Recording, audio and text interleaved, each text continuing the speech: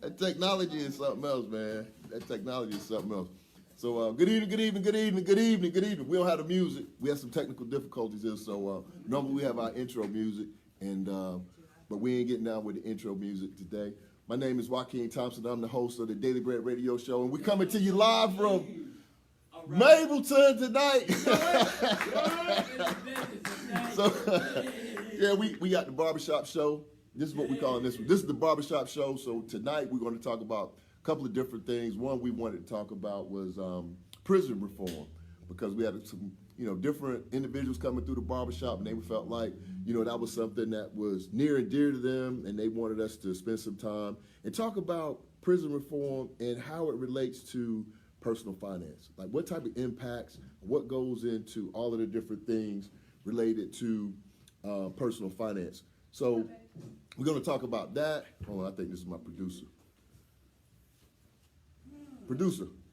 Should we go on Facebook and hey man, I'm ready, but I would have to because I couldn't get. I got some technical difficulties going on over here, so I ain't gonna be able to do the. I could be on the phone, but I can't hear. I'll put it on speaker. How about that? And then I just listen out for it. Yeah. Hey man, I'm already on the air. I'm on the air, so I can't be chit chatting with y'all. But let me get back to the audience, man. Hold on, and I'll put it on speaker. I'll put it on speaker. I think it's a discount on this week's show. No, it ain't no discounts. Ain't no discount. This what this means is when you trying to do. Hey, man, you have to be quiet because we get a lot of feedback. Oh look, he playing the intro. Oh, that's what's up.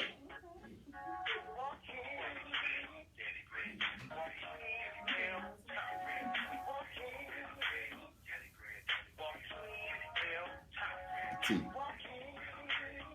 T.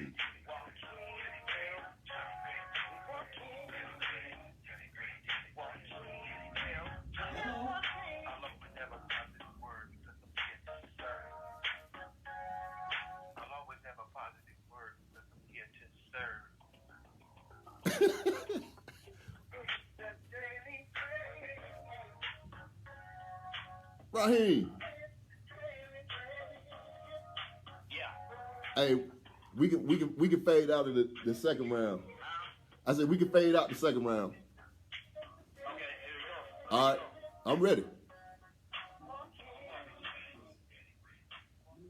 So there we go. So like we said, we're remote from the barbershop in Mableton. We're at Club Barbershop, 780 Veterans Memorial Highway in Mableton, Georgia. And the reason and how we ended up here was this is where I come to get my hair cut. Look. I know it ain't a lot of help, but I come in here and let him, do whatever he's gonna do with what I got. And so what we had been talking about for the last 3 to 4 months was like, you really need to do the show from the barbershop. So what I decided to do was take out this Thursday, come to the barbershop. We got live audience in the barbershop, and what we want to do is just again talk about prison reform, talk about personal finance, and to take a step back. But those of you that are joining the Daily Bread Radio Show for the first time, let me tell you what the show's about. This show is about personal finance. And when we talk about personal finance, what we try to do on the Daily Bread Radio Show is talk about various topics that are aligned to personal finance. So we talk about everything from money management to credit to debt to investing to income statements to repossessions to bankruptcy to just struggling. Right? Because a lot of times people don't want to talk about when they're struggling with money, but we even talk about struggling with money. But we do it from a non-judgmental place. The other thing that we do, this show is based or comes from an area of spirituality. Like we, on the Daily Bread Radio Show, we believe that there's only one thing, and that's God. Right? So we only believe that it's just one God, because we don't do religion.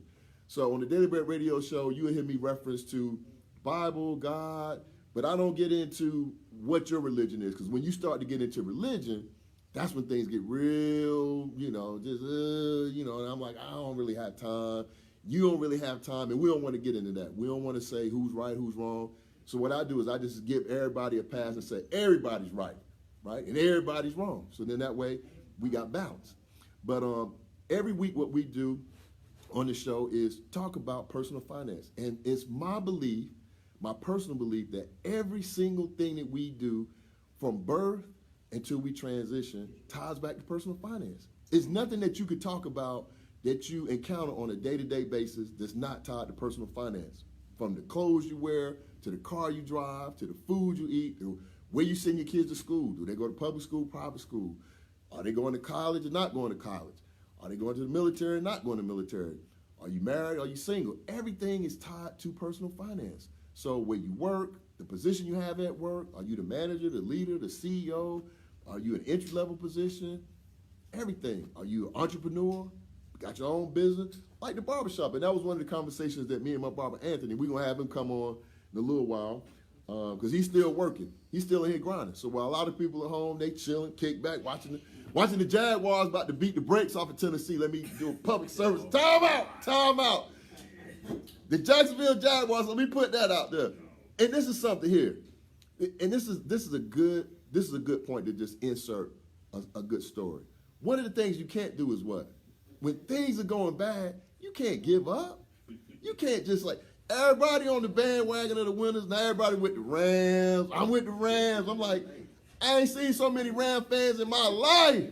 But when the Jaguars are losing, last week we thought we was going to the Super Bowl. We was about to beat Tom Brady. We came back this year, beat Brady in Jacksonville, and then from there,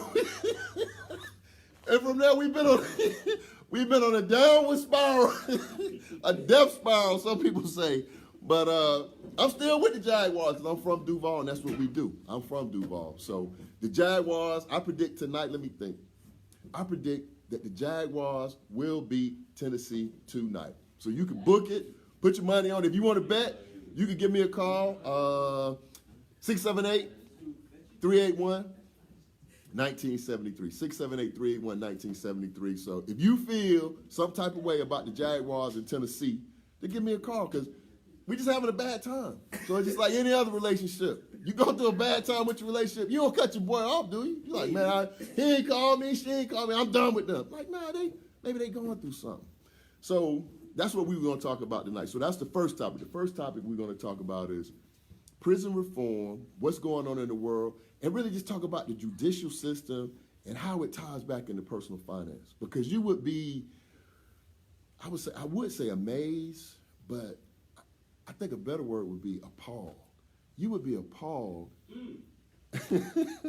at the number of people that are impacted on a daily basis by a judicial system that is unbalanced, unfair, and a lot of times, and I was talking to a gentleman today that's a multimillionaire, and he broke something down to us. My wife and I was having lunch with him, and he broke something down, and the way he said it so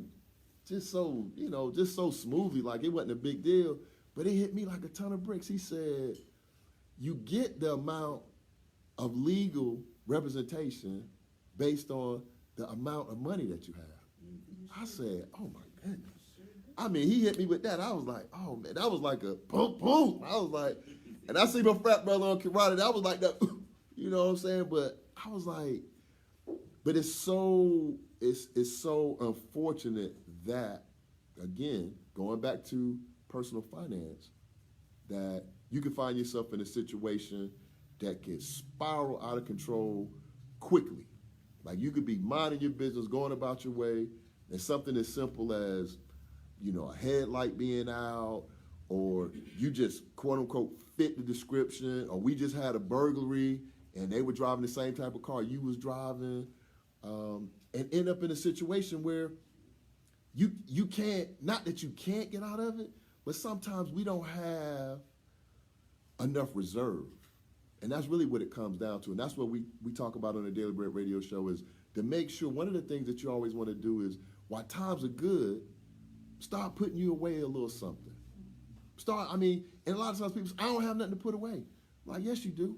Because if you walked into your job or to your business today or tomorrow and they say, hey, you know what? You make $25 less every pay period than you was making before.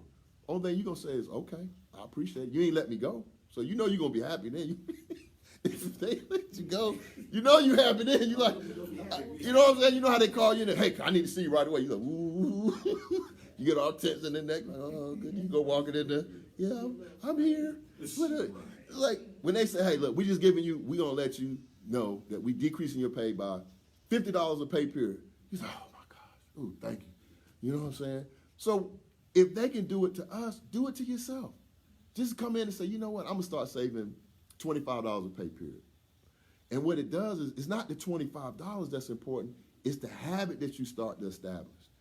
And the reserves that you start to build, because as you putting away that little bit of money, what we call a little bit, you know, maybe a lot, right? But as you start to put it away, what's going to happen is over time, what's going to happen? It's going to build, right? You keep putting $25 away after a while, you have $1,000, right? Or you may have $500. So that might be just enough to get you unincarcerated, right? I don't know if that's a word, but I do know this, and this is from experience. I do know this. There has been times in my life with a family member where the only thing that they needed was $500 to get their freedom back. $500. And if they didn't have the $500, guess what they get to do? They get to hang out. They get to hang out with them flip-flops, with them slides. Some people call them slides. Some people call them flip-flops. You get to hang out and wait. But we laughing and joke because I'm not making light of the situation, because we talking about something that's dire. I mean, there's several accounts of people going to very heinous type of prisons like Rikers Island and Angola, where you may go to Rikers Island and your court date is like a year from now. So you've been on Rikers Island for something that you didn't do, and you innocent. And now it's not a $500 deal. Sometimes it's like, well, we'll get back to you with the bond. Then they come back with the bond. Oh, you need $2,000 for the bond. Don't sound like a lot, but $2,000 is a lot. When you don't have it, anything is a lot, right? So one of the things that we talk about on the Daily Bread Radio Show is, wow, and this is something that I learned from The Miseducation of the Negro, right, by Carter G. Woodson. There's a point in that book, and I won't get to that. I'm gonna give you a different book, and this was in the autobiography of Frederick Douglass. In the autobiography of Frederick Douglass, he says this. He said the problem with the slave is this, and I want you all to just marinate on this. He said the problem with the slave is this: when the slave has a mean master, they try with all their might to escape. When they have a mean master. The type of master that if they catch them, they will kill them, cut their foot off, what have you. He said, but they neglect to take the same energy and effort to escape when they have a good master. So what does that mean? That means when times are good and everything going good, everything going your way, you got the house, the car, the job, everything flowing, you going out to the Super Bowl, we traveling, we going to homecoming, everything good. Guess what we not doing? We not planning for a rainy day. We're not planning for that stop where they stop you and the person in the car with you been smoking weed. You ain't been smoking weed. The person in the car with you been smoking weed, right? But you the driver. So we haven't done that. So I'm saying all that to say, while times are good, start putting away a little bit of something. Start putting away, get in the habit of doing that so you have a reserve. So, and it may not be you, it may not be the person that you save, it may not be you personally, but it may be a family member, it could be a friend, it could be somebody that's in need of someone with a reserve. And most people that I run into, they don't have a reserve. And statistically, that's known. They say 70% of the people in the United States, right? So if you think about the United States, the last census that came out, 300 million people in the United States. Out of 300 million people in the United States, they said 70% of the people in the United States have less than $1,000 in savings. That's 70% now, right? So that's 210 million people out of 300 million. 70% don't have 1,000, and they said when you get to 5,000, it's less than 10% of the people in this country have $5,000 in savings, right? But we've been working for 40 years, so. The thing that you got to think about is like, again, while times are good, you got a good master, things are working out good for you, then you just got to say, you know what? Maybe I do need to just put a little something away, right? Put a little something away. So that's one of the things that we definitely wanted to stress, because I mean, things can turn on a dime, and you can find yourself in a situation, and depending on what type of crime. I was talking to my roommate from college. Shout out to the Rory K. Starkey law firm. This is my roommate from college. He has a very, very active law practice. He does, he's been representing people for at least the last 20 years, because we've been out of college for 25 plus. So he's been representing all types of individuals with all types of cases. And I was talking to him recently. He was like, look, I got a client. This client got charged with this certain crime. And here's the problem. Never been in trouble. Middle-aged young lady, minding her business, made a bad decision, right, behind the wheel of a car. And now he said, depending on the outcome of her preliminary work, this lady's gonna have to pay him $25,000 to open the book on the case. Now, so what I just said, so that's why I say on the Daily Bread Radio Show, you gotta start thinking through, when I give you all these different things, and I hope you all take, because I always take notes, but I just said that. If 70% of the people in the U.S. have less than $1,000, and less than 10% of the people in the U.S. have $5,000 in savings, if somebody come walking up to you today or tomorrow and say, look, your sister, your mom, your niece, some female that means a lot to you in your life needs 25, this ain't no layaway. This is cash. I need it right now in my office, certified funds, for me to start working on it, for me to start to work on the case. So if it takes $25,000, what happens if she don't have the $25,000? What? I mean, you don't have to be no rocket scientist to figure that out.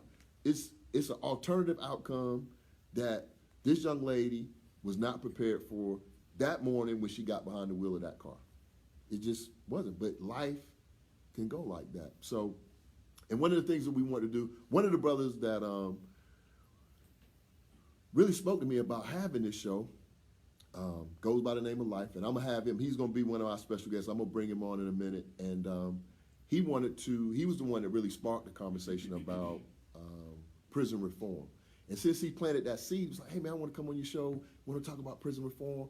I was like, shoot, we need that, because if you think about it, it's so timely. You think about what went on in Florida with the midterm election.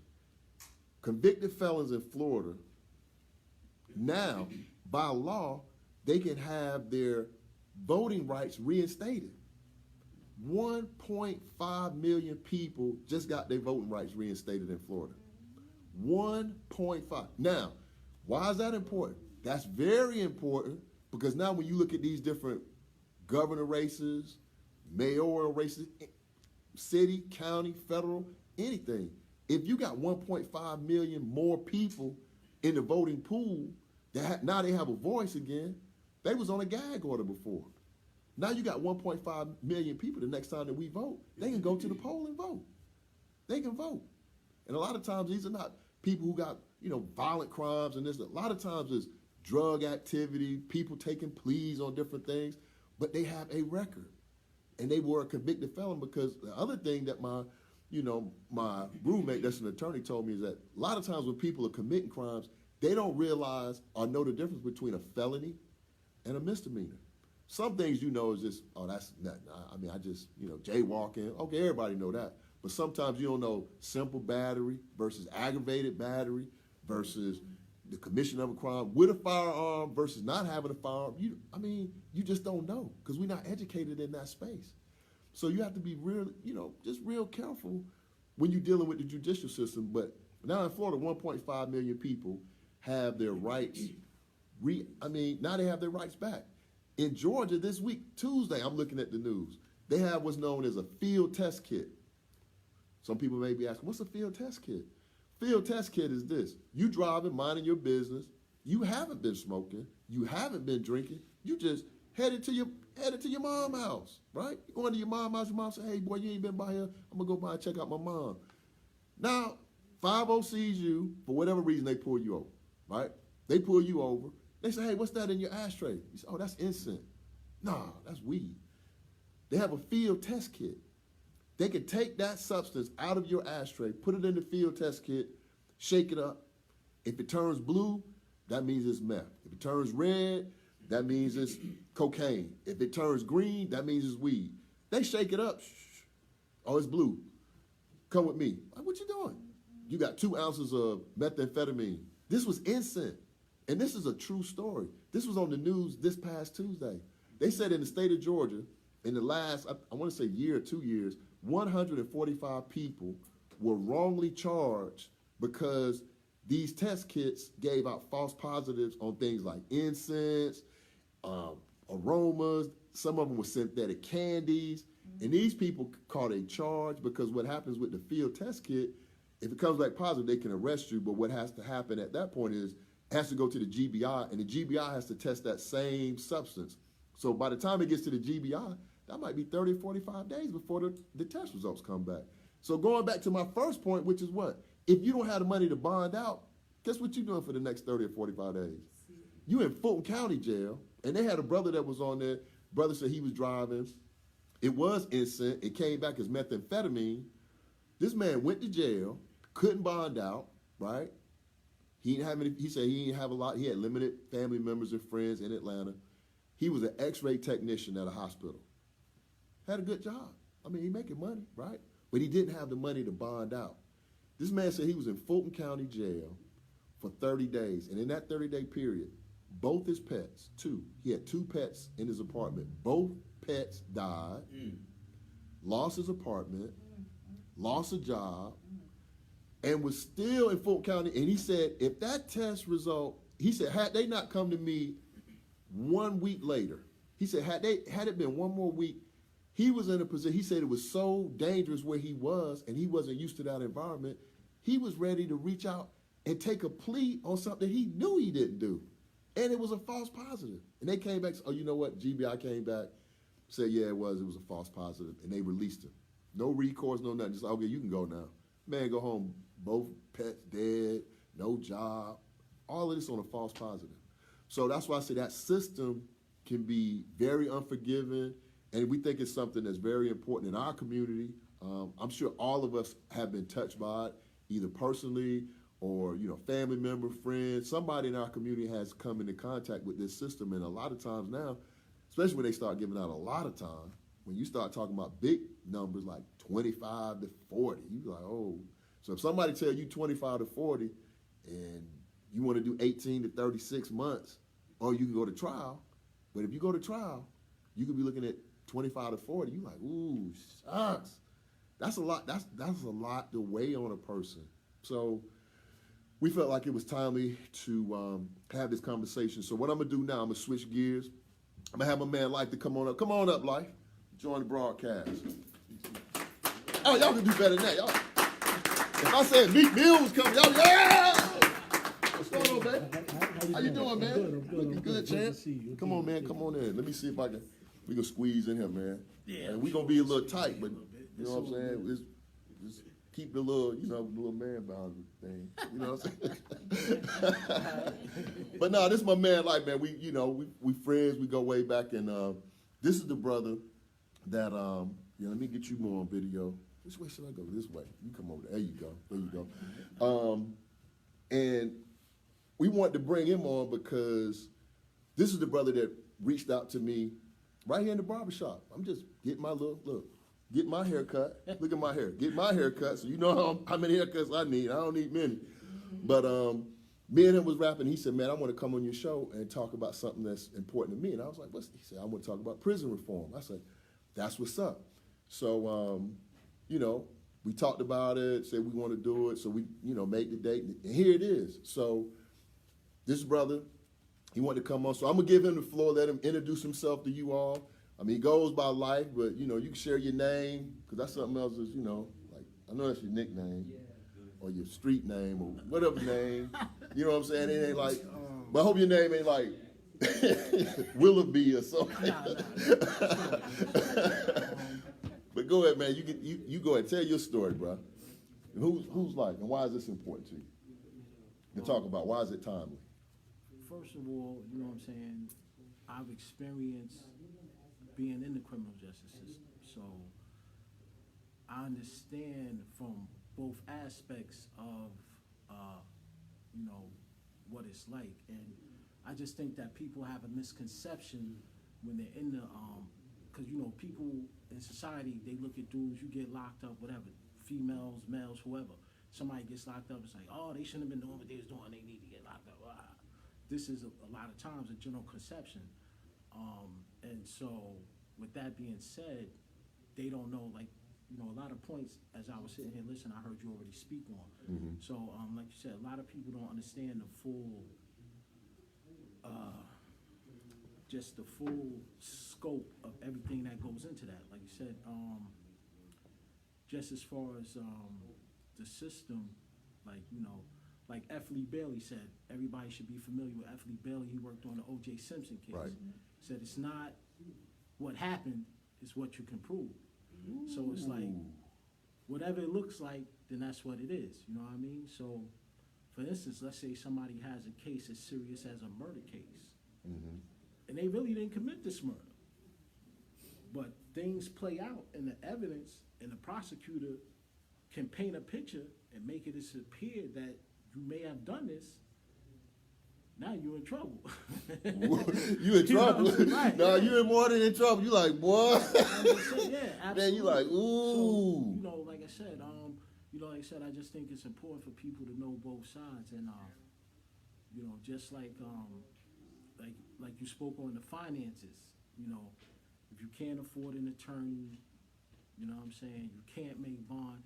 Even like you said, if you have something as small as a little situation, a traffic situation or whatever, DUI, Right. whatever, like you spoke on.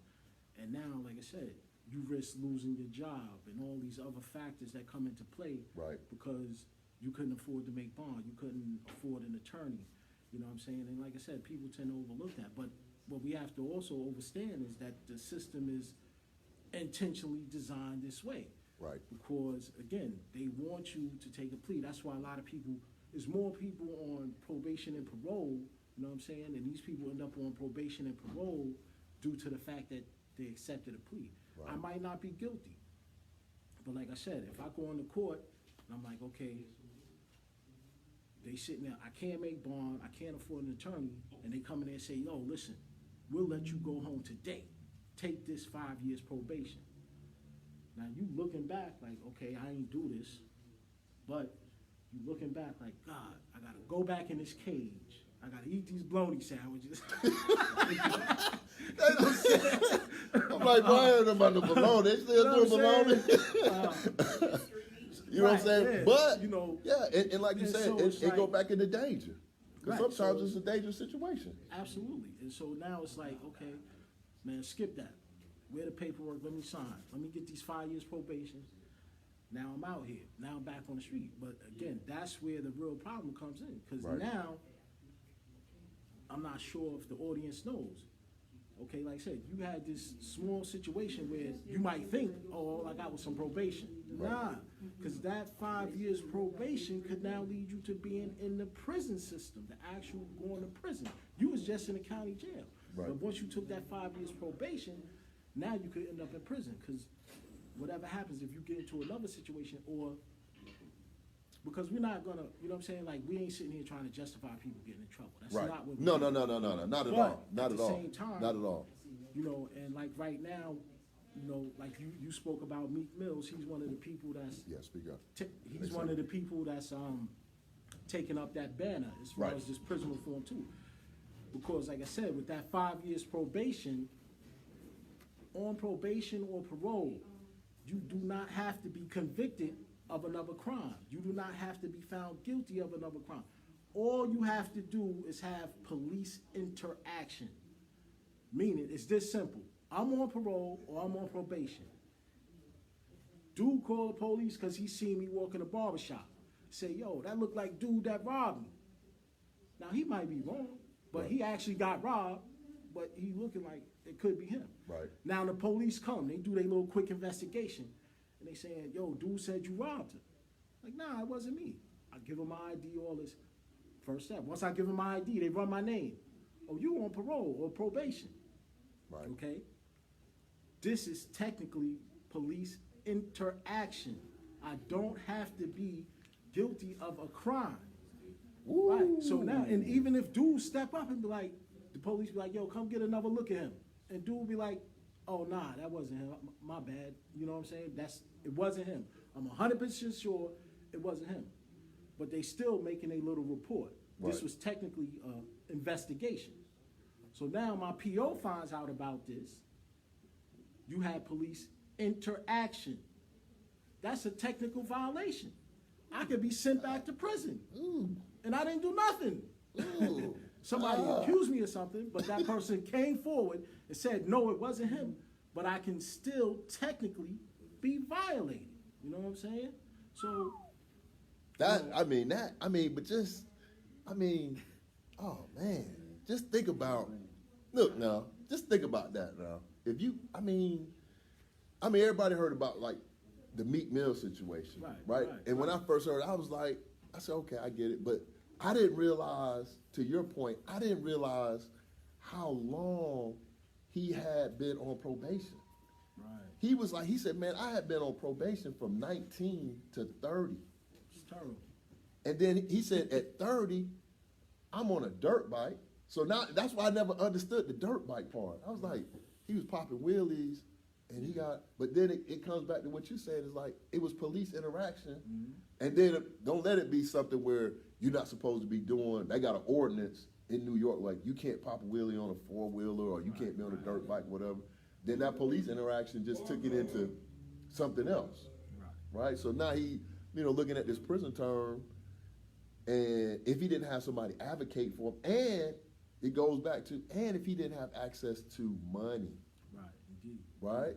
And that just brings up the point to think about how many people that are wrongly accused, take the plea, go on probation, get violated because they don't know what police interaction is, right? So police interaction could be you beefing with the pizza guy, right?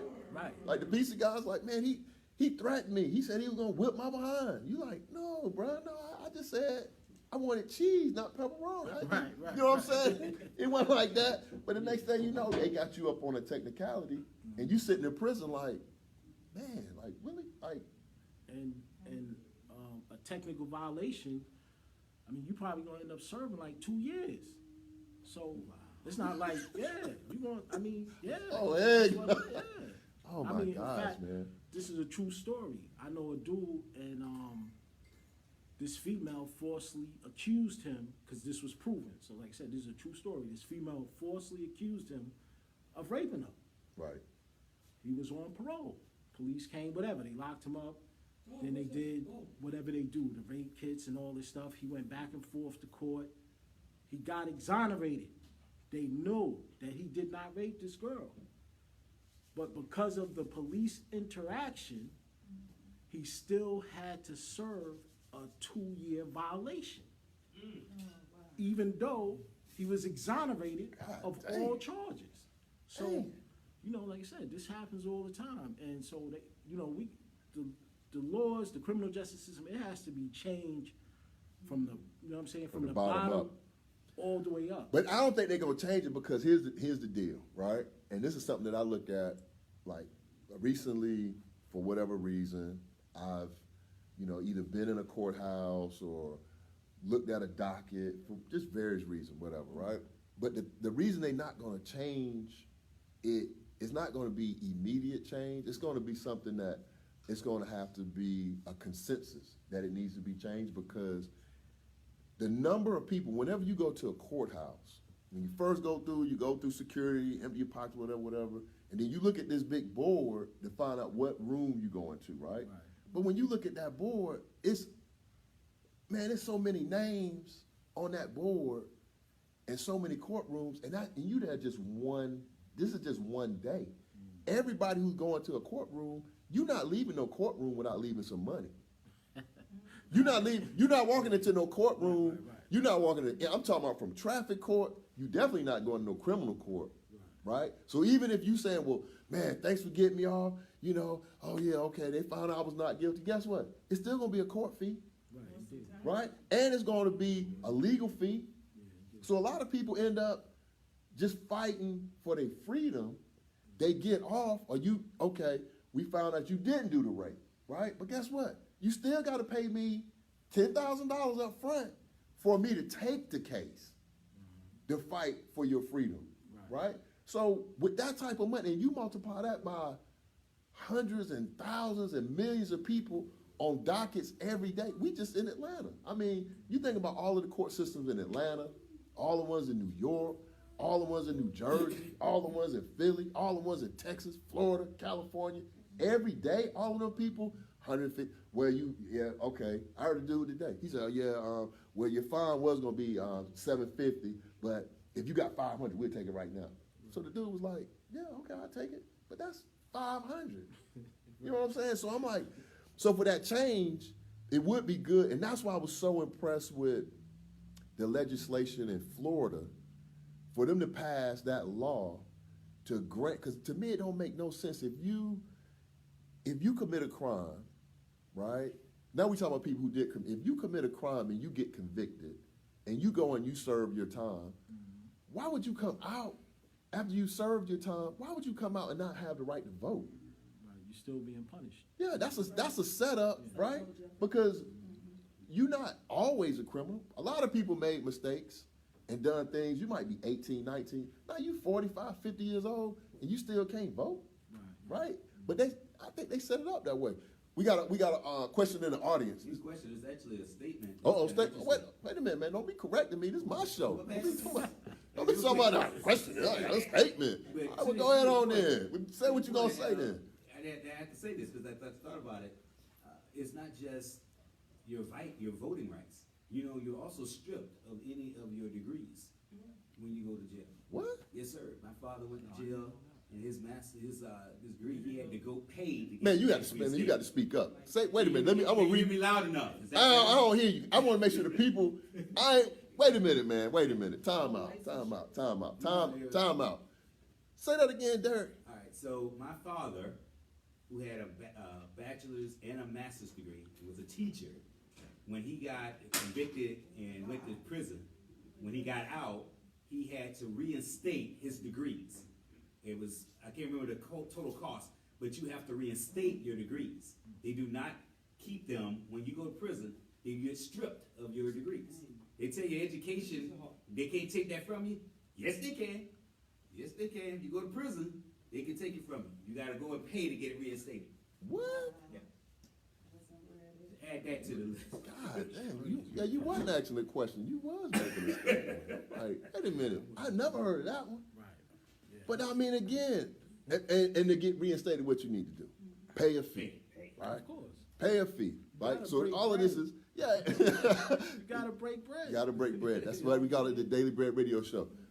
Yes, sister. And also, because I'm former law enforcement and I worked in the jails, and so they charge a per diem, and it's a different price based on the state criminal versus a federal criminal.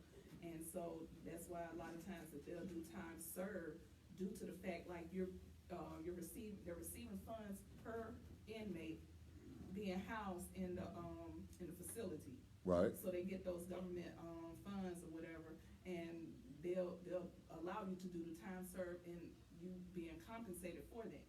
Especially if it's an indigent person, like a homeless person or something like that. And of course, they don't have the funds to pay to get themselves out, but they do the time to get that paid down. So it's like it's compensated for the 3 hots and the cot that they get.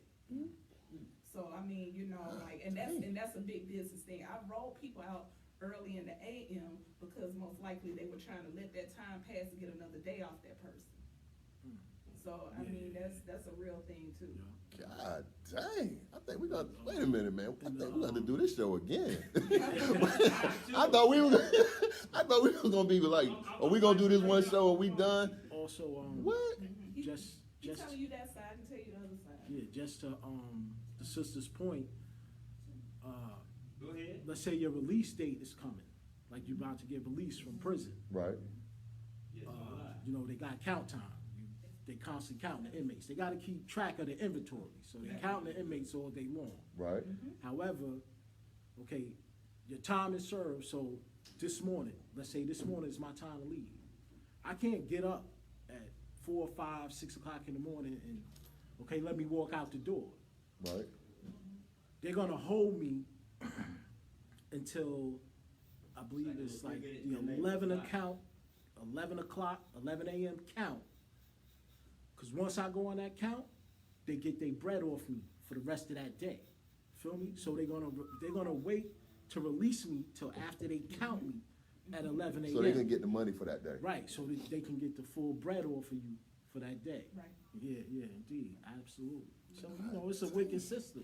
That's why I said, so all of this comes back to, again, what are we talking about? Money, Absolutely. right? Yeah. Because if it wasn't about money, they wouldn't strip you of your degrees.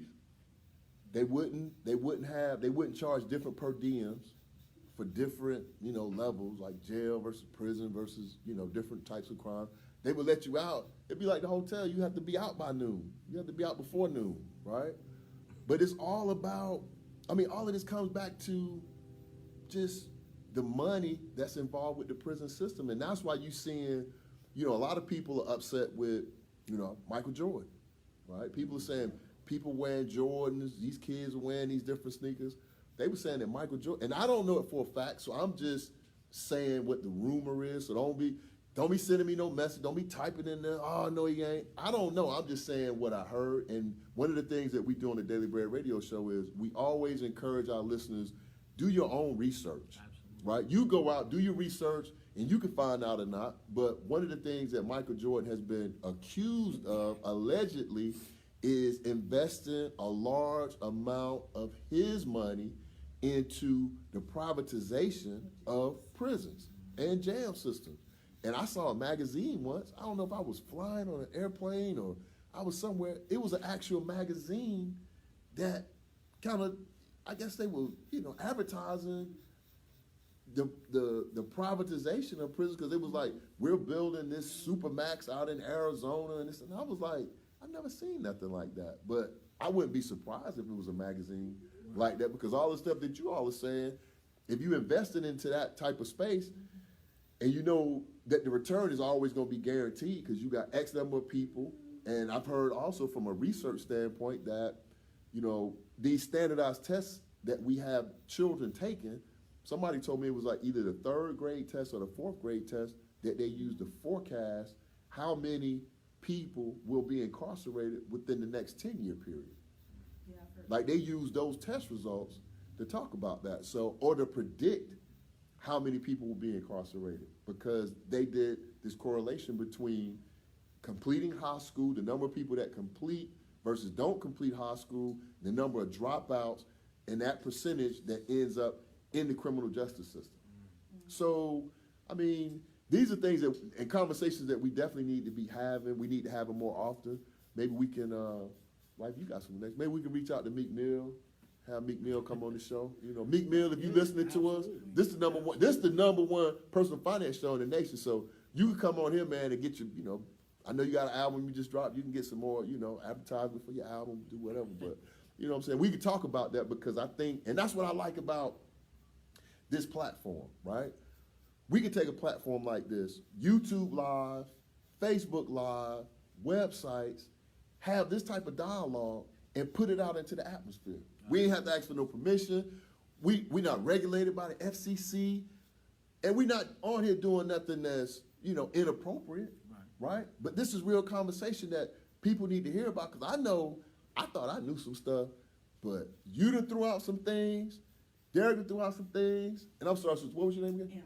Angela threw out some things that I'm like, man. So I know even with that, it's even more to the story that we don't know about, that people have these, experiences, because we don't know the technicalities of when we are encountering the criminal justice system. And it can happen quick. It can happen so quick that, and when you don't know, and you're doing different things, and you committing crimes, and me and my son were just having this conversation earlier today. Kevin Gates has a great interview on the Breakfast Club where he was talking about you have to mature to the point where you have to be vigilant of not trying to get into trouble. Like all this stuff about being hard and you gonna respect me in the street and I ain't no punk and all of that. He was like, look, man, when I run into people like that I think have a probability of me and them getting into an altercation, he's like, man, I'm trying to go the other way as quickly as possible. Because he said, I'm not going to give you 20 years of my life just so you will be able to say, oh, he ain't no punk. Right? And it just don't make sense to me. We losing families, we losing the actual infrastructure in our communities from things like loss of, not just people being incarcerated, but you got to think about loss of families. When you have lost families, what do you have? Loss of businesses. When you have lost businesses, what do you have? Less people in school. And we have less people in school, what do you have? You have less revenue being generated in your neighborhoods. So when that happens, what happens? You got less people owning homes in your neighborhood. So what does that trigger? That triggers less leverage that you have to be able to go in and say, well, hey, we want this law, we want these streets fixed. I mean, I'm from Duval County. I mean, I'm from Jacksonville, and Jacksonville is like, you know, anybody live there, it's like night and day. And it's the same thing in Atlanta, right? And that's why you see in Atlanta, why do you think we have all of these different cities all of a sudden saying, you know what? We want to be our own city. So y'all can have Atlanta, but we're gonna have Dunwoody, right? Because it's because of the tax base. And what people are doing, people in Dunwoody were saying, we don't want to be paying taxes that the people in South Fulton are using. And they'll just say South Fulton, but what they're really saying is because South Fulton is what? Predominantly black, right? So you're seeing all these cities, Eagles Landing just had, they voted this past election to try to separate Eagle Landing from, you know, I guess Union City or whatever the, you know, municipality is, and they shot it down, right? Or Stockbridge, right? But I'm like, all of that comes down to, it's the same way that they draw the lines for the school systems and what schools you should go to. It's the same thing, but all of that starts with us playing on an unfair and an unlevel playing field and dealing with somebody, and we don't know how to play this game. And this is a vicious game that again comes down to economics. And we're the inventory, like Life said, like they look at us like, no, you revenue.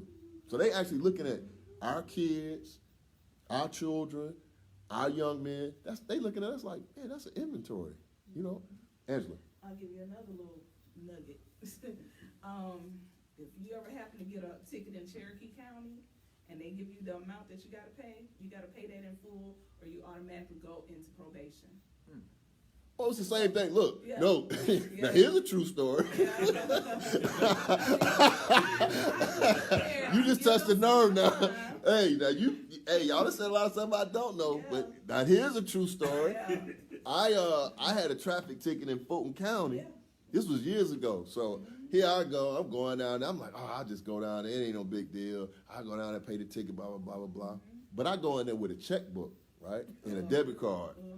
I get in there. They do this. They said, what do you want to plead? I was like, here I go. No low. I'm like, I'm Johnny Cochran. I'm no low. I'm no low. So the guy was like, okay, that's cool. So you gonna pay the fee, right? I said, yeah, I'll pay the fee. He said, okay, well, step over here in this room. We get everybody over there, and you going. So my wife was with me, so I'm dressed. I'm getting ready to go to work. So I said, okay. So I get up to the window. So the lady was like, it's gonna be like $225. And I was like, oh, I got $225. She said, what you doing? I said, I'm writing a check. She said, no, we don't take no checks. See the sign? She did like this. He said, you see that sign? I'm like, I said, y'all don't take debit cards? I said, everybody take a debit card. She said, sir, can you step over here? And I said, what am I supposed to do? I was like, I got cash. I said, can I run out to the ATM? She said, Can you stand over here? So I'm standing over there. People keep coming. And I was like, so the dude was next to me. He was like, man, I'm going to be on probation again. I was like, probation? I was like, nah, bro, I ain't being on no probation. Man, that dude came in there. He said, look, my name is John Smith. I'm your probation officer. And I was like, probation? He said, yeah, you're going to be on probation till you pay that $225. I was like, I said, oh, so I'll just go get him. He said, no, I don't work like that. No.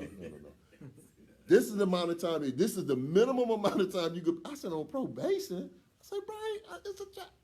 So to that point, Angela, yeah, I was, now that, look, every time since then, when I go to court, I got pockets full of money, but I'm like, nah, I already know. Hey, I know that's the only place hey, you can spend as much money as you want in court. Everywhere else, they don't even take money like that no more. But when you go to court, I'm like, I learned my lesson, so I'm good. I'm scared straight. I'm good. I'm good. But great dialogue. Just another point about the economics, like you said, it's about the money. So, like one time, you know, I was on probation, 5 years probation.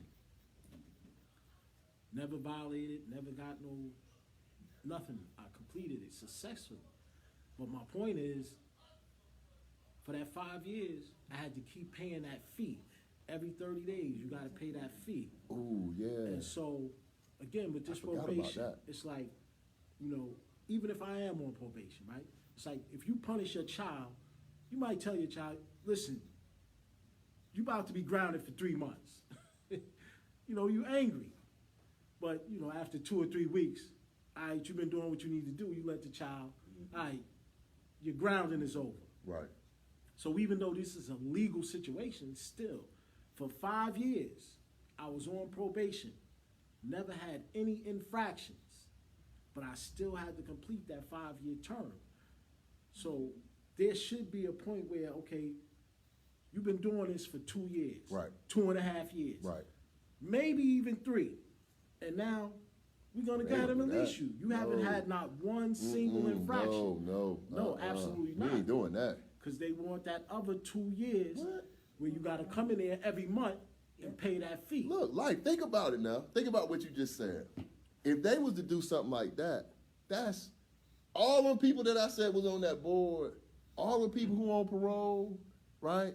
If you say you're gonna cut you like, okay, that's like saying, no, you ain't got to pay the last 2 years on your car payment. Like you had a 5 year, no, you've been paying on time. Keep the car and just, we'll knock off the last 2 years. How about that? That, bro, that ain't happening. Them people already calculated. When you went on for them 5 years, they already calculated that out and took that money and invested it in something else. Well, we know we got these many people for 5 years, these many for 10, these many for 8. And if you violate, we're going to get some more, right? So we got this, and they taking that money and they investing it in something else that's detrimental to us, Absolutely. right? So it's just, it's a system that you can't really win in that system. You can't win in that system. Yeah, D. You know, just to add to this, it's so stupid, but think about when you have like a foreclosure on a home, you know, or you do something default, you know, where the punishment is 7 years bankruptcy, Right. right? So how about when you're convicted, even though it's supposed to be, you know, 7 years, it stays permanently on your record. So Man, I you ain't- never get that off, especially because, you know, you're supposed to be able to get it expunged, right? Right. But that only true for certain types of crimes. True. Yeah. So at the end of the day, it's something to throw on another log on the fire. Yeah. Man, and the good thing I like about my audience tonight, I've been seeing people come on, so I appreciate everybody joining. This is one of the largest audiences, live audiences that we've had in the last few weeks of the show. So I appreciate everybody taking the time out to support the Daily Bread Radio Show.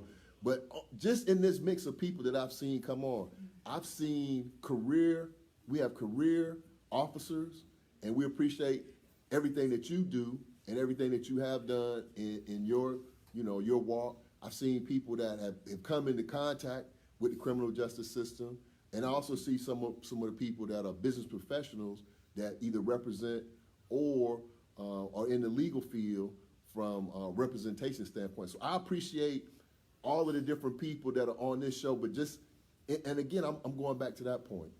Just think about how powerful this is to have this type of medium, to have, and I'm sitting there looking at the names, so I know what these people are.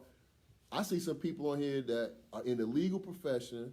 I see officers on here and people that have been in contact with the criminal justice system. But all of you all don't realize who's who, right? And the reason that's important is this. We're having a conversation that impacts all of us, and all of us are just in the what we call an or some people say ecosystem of the but of the criminal justice system. And I think it's a good thing to see that people felt that when we sent out the notices that they took the time out to say, hey, I want to hear about this conversation because everybody's been touched by this, whether they work in law enforcement, whether they, represent people that are, encountering the criminal justice system, or if they've encountered the criminal justice system. So I appreciate all of you all joining tonight. And I think, and that's why I'm always so humbled by being able to do this show, because I see a lot of different things on these platforms, YouTube Live, I see them on Facebook Live, but I'm so, I guess you would say, so proud of the type of show that we put out week in and week out. And shout out to my producer. He even called me and we trying to do the intro over the speaker, but had some technical difficulties. But that ain't part of it. The bigger part is this. This show came from two brothers having a conversation, and we thought was we were just getting our hair cut. Something as simple as we thought we were just getting our hair cut. But if you think about it, the barbershop and the beauty salon are the two places other than the church where everybody go, right? I don't care if you got this amount of hair, right? Because I got a lot of hair. If you got that amount of hair, or if you got a whole bunch of hair, or if your hair is, a little challenged, if your hair a little challenged, we all go to get groomed. And when we go to get groomed, what do? We have conversation, right? And we've always had conversation in that space. So these are the type of conversations that we need to continue to have, continue to move forward. And I'm glad my barber said, hey, why don't you bring the Daily Bread Radio Show to the barbershop? So I'm super excited that he made that request.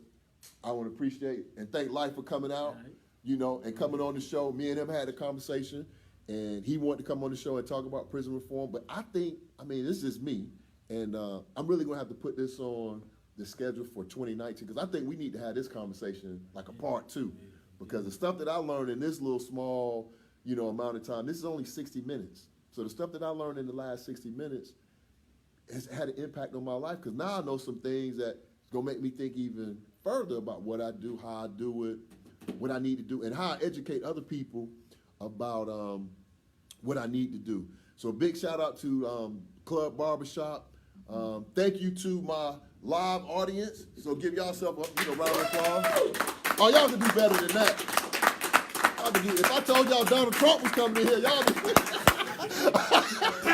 if y'all said Donald Trump coming in here, oh! You know what I'm saying? Everybody get down. We gonna catch a charge. Because if 45 coming in, we all going to jail.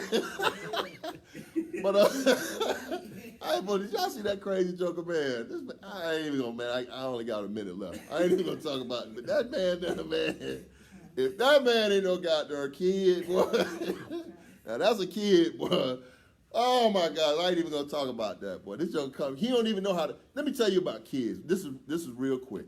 Let me tell you about kids. One thing, if you want to know if a person is an adult or a child, it's certain venues that you need to know how to act and the way to act in that venue.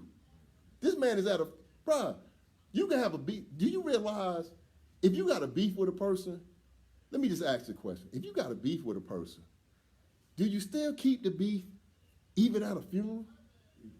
Like, can you fake it? Like, be a little cordial? Like, man, you know what I'm saying? Even, and that's why they say it's honor among thieves. Because even when people are doing things that they know are wrong, it's a certain code that they have. They're like, bruh, even though I know we doing wrong, in certain situations, I'm still not going to do certain things. We don't kill kids and touch kids and do, even though we'll kill everybody else.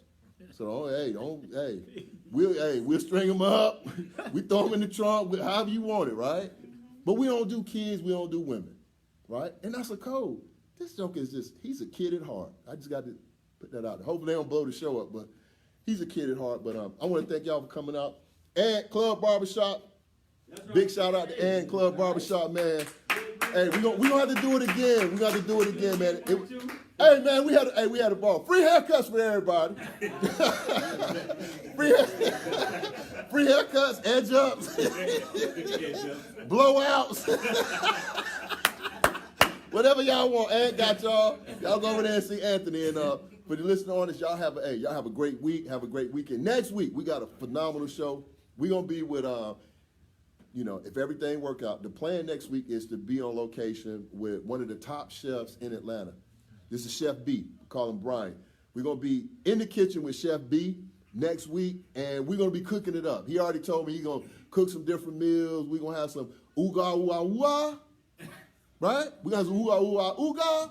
So y'all don't know nothing about that. Y'all don't know nothing but just ribs and chicken and steak. No, we're going to have some ooga, with a serving. It's going to have some gravy with shrimp etouffee on top of it. So we're going to be doing that with Chef B next week. So make sure y'all tune in next Thursday to the Daily Bread Radio Show, 8 p.m. Come through. Come through. I'll give you the address. Come through. It's going to be at his house, so come through. Bring some drinks. So we're going to be at Chef B's next week. We're going to, again, one of the top chefs in Atlanta. This is a phenomenal brother. Doing some great things in the community as well. And we're going to be talking about food and finance next week. Food and finance. So y'all have a great week. I appreciate y'all. Hey, super producer, I appreciate you, man.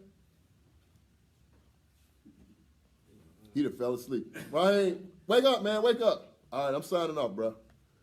But, yeah, y'all have a great week, man. We'll see y'all next week. And thank y'all for the support. Right.